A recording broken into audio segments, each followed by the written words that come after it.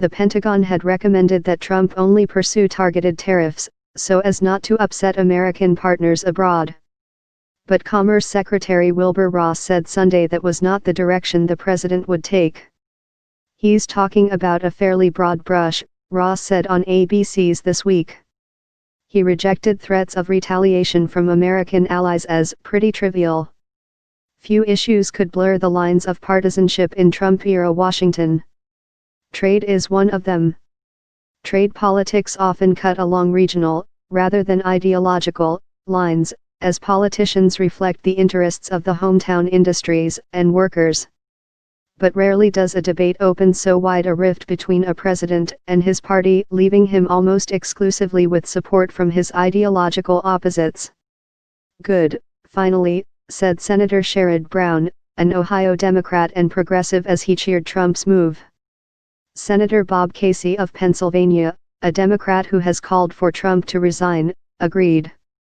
"I urge the administration to follow through and to take aggressive measures to ensure our workers can compete on a level playing field," Casey tweeted. This moment of unusual alliance was long expected.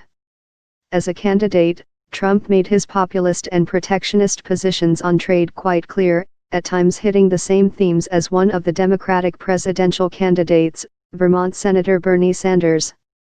"This wave of globalization has wiped out totally our middle class," Trump told voters in the hard-hit steel town of Monessen, Pennsylvania, during one of his campaign stops. "It doesn't have to be this way." Trump's criticism of trade agreements and China's trade policies found support with white working-class Americans whose wages had stagnated over the years. Victories in big steel-producing states such as Ohio, Pennsylvania, and Indiana demonstrated that his tough trade talk had a receptive audience. Both candidates in a March 13 House election in Pennsylvania have embraced the president's plans for tariffs. They addressed the topic Saturday in a debate that aired on WTAE in Pittsburgh. "Unfortunately, many of our competitors around the world have slanted the playing field, and their thumb has been on the scale, and I think President Trump is trying to even that scale back out," said Republican candidate Rick Saccone. "There is always retaliation, and typically a lot of these countries single out agriculture when they do that. So, we're very concerned," said Senator John Thune. RSD Governor Scott Walker, R. Wisconsin, asked the administration to reconsider its stance. He said American companies could move their operations abroad and not face retaliatory tariffs. This scenario would lead to the exact opposite outcome of the administration's stated objective, which is to protect American jobs, Walker said.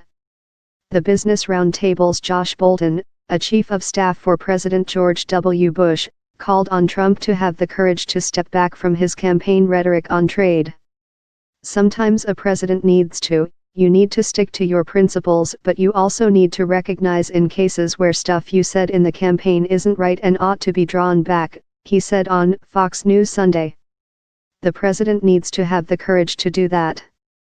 Tim Phillips, president of the Koch brothers-backed Americans for Prosperity, noted that Trump narrowly won in Iowa and Wisconsin, two heavily rural states that could suffer if countries impose retaliatory tariffs on American agricultural goods.